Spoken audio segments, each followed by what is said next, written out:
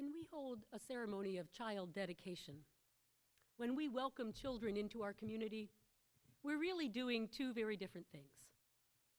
We say we are dedicating the child. We say, we dedicate your life to the good of all humankind and to your own true growing. But all that really means is that we're expressing our dearest hope that their life will benefit humankind and that they will be true to themselves. We can't make that come true with the ritual of dedication. Each child will make his or her own choices about how to live, as most parents know all too well. So the more important thing we do during a ceremony of child dedication is to dedicate ourselves, as we do at the end. The language may be a bit archaic, but essentially, we're dedicating ourselves to living the kind of lives that will help our children grow up the way we hope they will grow up. We dedicate ourselves to loving and encouraging them and supporting their family. If we want their lives to be a blessing to the world, then we need to live in such a way that our lives bless the world. If we want them to live with authenticity and integrity, then we need to model for them lives lived with authenticity and integrity. Now, all month I've been playing around with themes to try to bring the different holidays together this season. Some years I get very annoyed when people try to meld them all together as if the winter holiday season is one unified thing, when in fact it's a series of very different holidays. But at the same time, it's helpful, whichever holidays we may choose to celebrate, to find threads of common meaning among our various theologies. The holidays of Christmas and Hanukkah have very different origins and messages, although both are ancient and religious. Then we have Kwanzaa, an African-American cultural holiday that is neither ancient nor religious, celebrated for the 7 days after Christmas, which carries its own unique message. But because I was planning for a child dedication, this theme of dedication kept rolling around in my mind. And the more I thought about it, the more that theme of dedication emerged for me as a common theme among all of these holidays. So today I want to lift up that thought process for you and see whether it helps you, as it has helped me, find a feeling of unity among these various traditions. Now, Hanukkah is the most obvious to lift up as a holiday related to dedication. The word Hanukkah literally means dedication. Historically, Hanukkah celebrates the rededication of the temple in Jerusalem. During the reign of Antiochus Epiphanes, I love that name, Antiochus Epiphanes, king of the Syrian branch of the Greek Empire, Jerusalem was occupied by the Greeks, and Antiochus outlawed all local religions, including Judaism. The temple was used for pagan rituals and sacrifices, which was utter desecration in the eyes of the Jews.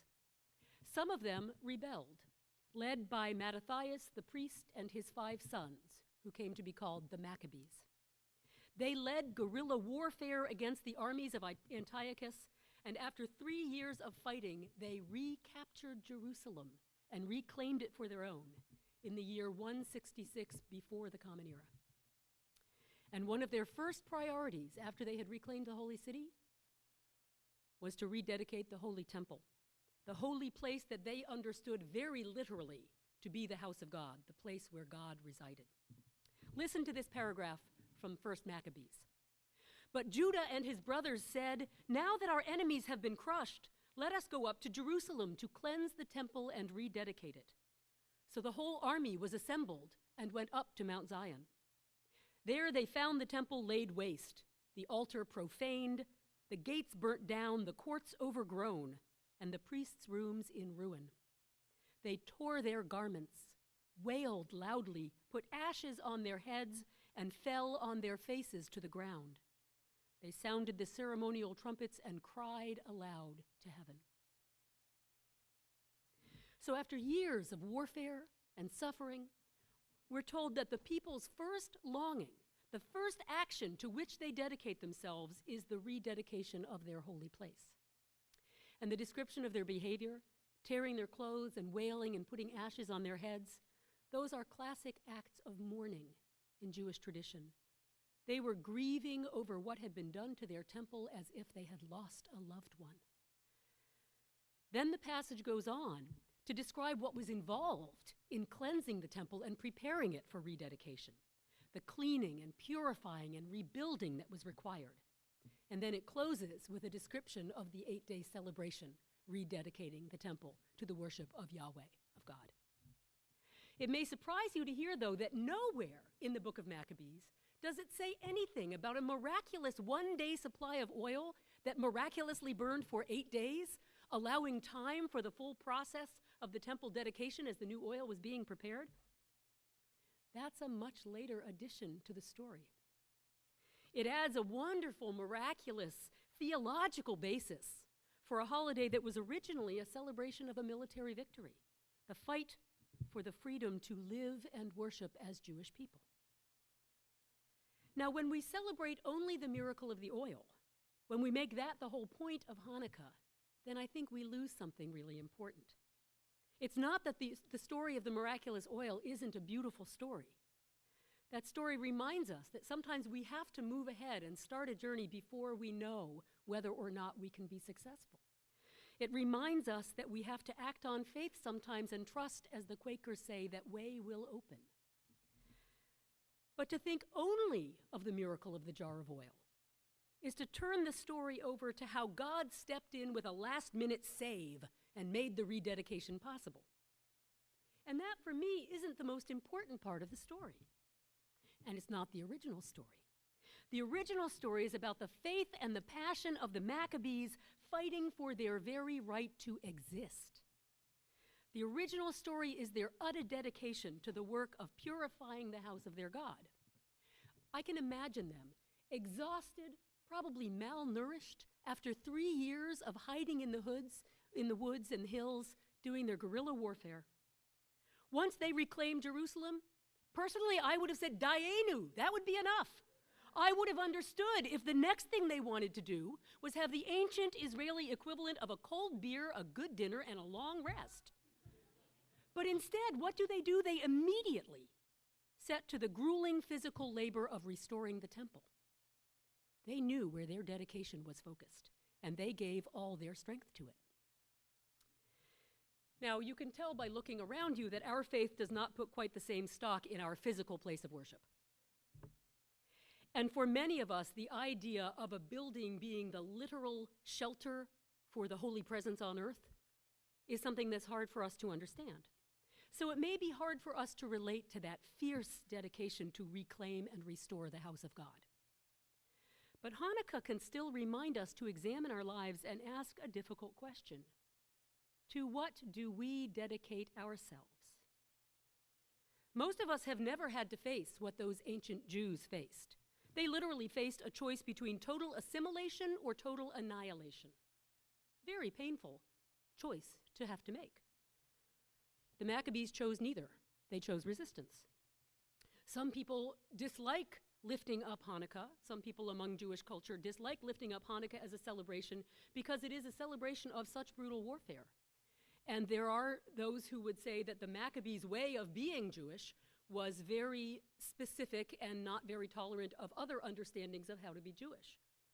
But the fact remains that had they not resisted and done the fighting and resistance that they did, the Jewish people might very well have been annihilated at that point in time. Most of us, as I said, have never faced that stark a choice. But we've all had times when we had to defend our values, when we've had to speak out against the status quo in some way, when we've had to take a stand that was uncomfortable, possibly even dangerous. Maybe it was on a picket line or a protest march. Maybe it was speaking up when a friend or family member said something that troubled you because it spoke to you of homophobia or racism or sexism. Hanukkah reminds us of the power of resistance against all odds in the face of any kind of tyranny or injustice, anything that threatens to violate our faith, our values, and our sense of integrity. And then we can add back in that lovely story of the miraculous oil to remind us that there's always hope, that what seems impossible may indeed be within our grasp. So when I first began thinking about this theme of dedication, naturally, I thought first of Hanukkah. But then I started playing around with ideas about Christmas. We all have our own set of associations with Christmas. Mine include gifts. You notice I list that first. My strongest Christmas memories are as a child, and that was what it was all about. But they also include lights and carols and cookies and family. But the concept of dedication does not immediately spring to my mind when I think, what do I think of when I think of Christmas? Now, Christmas commemorates the birth of Jesus of Nazareth. And like Hanukkah, the story has different elements, part historical and part mythical. Although when it comes to Christmas, there's not much that we know for sure is historical. We assume that Jesus was, in fact, born at some point. But we don't know exactly when. It almost certainly wasn't in December. The celebration of the birth of Jesus got layered onto the ancient Yule celebrations as a way to help make Christianity more palatable to the pagans. Now, the mythical story is beautiful, and it touches my heart deeply. That tiny baby, the star, the shepherds, the kings as symbols of wealth and power falling to their knees in front of a little baby. The birth of God in human form, Emmanuel, God with us. The idea that the holy somehow came down to dwell with us here on earth. I find all of this lovely. But I don't assume that any of it is historical or literal. Now, I can celebrate much of what the story is about. The light in the darkness, the power of love to illuminate the human heart, the reminder to live with open hearts and to be ready to welcome grace with wonder and awe wherever it might be found. I love the metaphors of Christmas, and I draw from them both comfort and joy, as the carol says. But the metaphors fall short of calling forth my sense of dedication. And that's the piece we can reclaim if we also take a look at the more historical piece. We're remembering the birth of Jesus at Christmas, so why is that important? Well, for conservative Christians, of course, it's important because Jesus came to save us from our sin, to redeem us, to bring us salvation. It's about what God will achieve through Jesus with human beings as the unworthy and grateful recipients. It asks a lot of God, and it asks a lot of Jesus, but it doesn't ask much of us except a willingness to believe. But for me, taking time to remember the birth of Jesus is about something very different from that, which probably doesn't surprise most of you. I don't understand Jesus to be the savior of humankind, or the only path to God and salvation. Although I still love to sing all those words in all those old carols, so please don't ask me to be consistent. But the Jesus that I read about in the Gospels is something very different. The Jesus that I read about in the Gospels was dedicated to living out his life for the benefit of others. He taught compassion. He drew in those who had been made outsiders in their own communities. He taught and preached and laughed and occasionally lost his patience, trying to show people a different way to live and to relate to each other. Now, when I try to think about Jesus as one who was sent by God to die for me, I don't feel moved or inspired to dedicate myself. But when I think about Jesus as one who lived deeply out of his own felt experience of the divine presence and who was so dedicated to living out a new ethic and teaching others to do the same that he kept it up even though it led to his death, well, that's a different matter. That is a story that both inspires and challenges me. So for me, along with the beautiful mythical dimension of Christmas, comes a more down-to-earth challenge.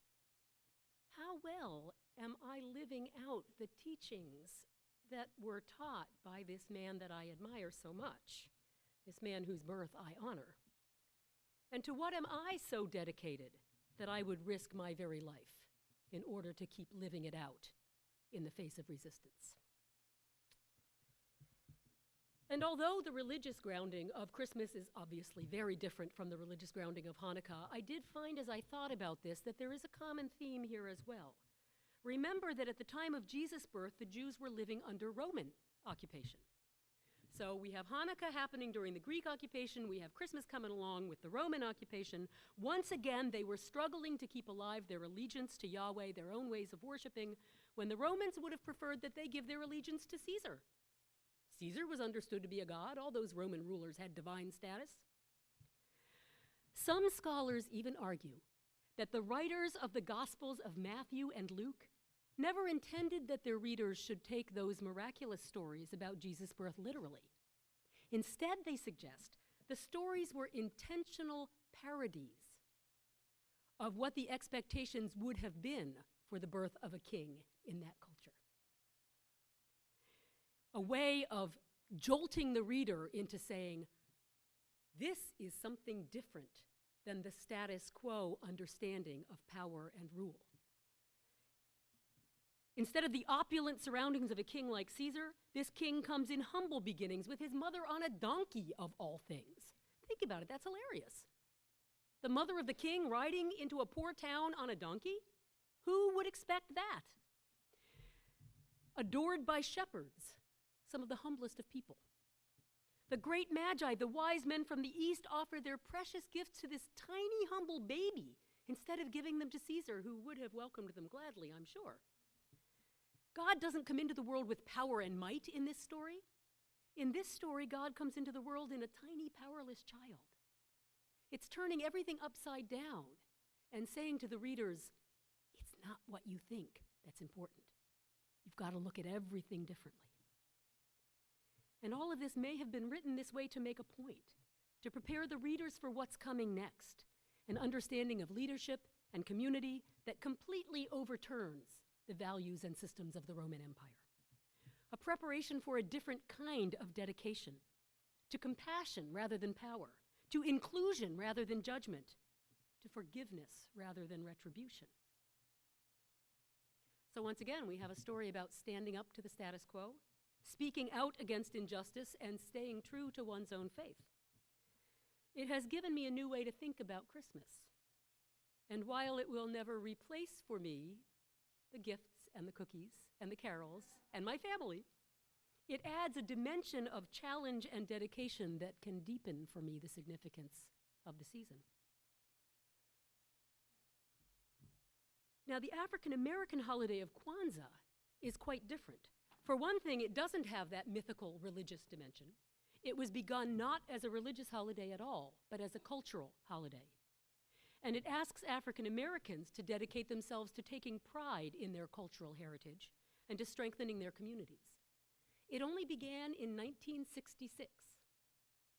So there hasn't been time for centuries to obscure its historical beginnings with mythology. I mean, who knows, maybe over time, miraculous stories may evolve about its founder, Dr. Maulana Kalenga, but I rather doubt it. For one thing, we now have these ways of keeping records about how things were begun and why. You know, you can go on the internet to the official Kwanzaa website and read all about it. So it's harder for these things to become obscured. From the official Kwanzaa website comes this explanation of the holiday. Kwanzaa was created to introduce and reinforce 7 basic values of African culture, which contribute to building and reinforcing family, community, and culture among African American people, as well as Africans throughout the world African community. These values are called the Nguzo Saba, which in Swahili means the 7 principles. Developed by Dr. Karenga, the Nguzo Saba stand at the heart of the origin and meaning of Kwanzaa, for it is these values which are not only the building blocks for community, but also serve to reinforce and enhance them. And those 7 principles are, and I'm going to say them first in the Swahili and then in the English, umoja, which means unity, kujichagulia, which means self-determination, ujima, which means collective work and responsibility, ujama, cooperative economics, nia, purpose, kuumba, creativity, and imani, faith. And imani has also become a popular girl's name in African American communities, just as faith has long been a popular girl's name. And I just find that very beautiful. Kwanzaa comes right out and states the importance of dedication to a set of values in order to build a strong, vibrant, and healthy community. In at least one way, it also shares a thematic link with both Hanukkah and Christmas, in that the Black community in this country has long suffered under a system that could also be called an occupation, if you will. What I actually wrote was an imperialistic white culture, which is still far too much the case than we would hope after long years of trying to understand how to dismantle racism in this country. African Americans have been asked to assimilate and give up their cultural identity in order to belong and be accepted in this culture. It's really not such a different story from the ancient Jews under Syrian Greek rule.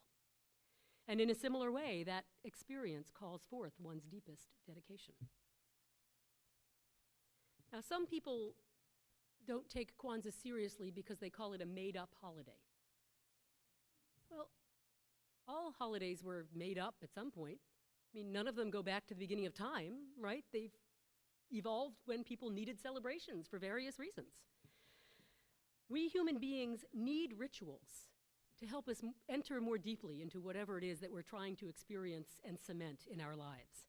And I admire Dr. Karenga for ritualizing his felt need for a focus on these principles and an explicit articulation of their value and importance. Then I want to close with just a few words about Yule and solstice celebrations, because it's no accident that all of these holidays we've been talking about, combining their mythical power and their human dedication, come at this particular time of year. The solstice calls forth our most basic dedication, a dedication to life itself.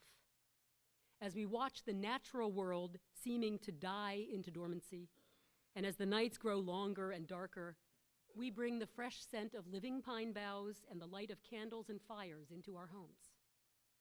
We reject the seeming death around us and rededicate ourselves to a celebration of life and hope. And I think that underlies all of the rest. Now, as I was pulling all these thoughts together and putting the final touches on them last night, I worried that I was taking an awfully heavy tone during a time of year that calls for celebration and lightness of being. And as I struggled with that, I heard sirens and horns blowing in my neighborhood. And the next thing you know, Santa was coming down my street on the back of a fire truck, waving to all the children. I love living in a small town where this still happens. It was so, I ran out there in my slippers, the kids were all out there cheering, and Santa's little helpers were hopping down, running around and handing out candy canes, and I found myself weeping as I stood on my sidewalk, listening to the shouts of these happy children and just the simple innocence of that moment. Through all these holidays runs one more common thread, and that is the thread of joy and celebration. May we find ways to reaffirm those values to which we dedicate ourselves this season. And may we find ways to celebrate and to rejoice together.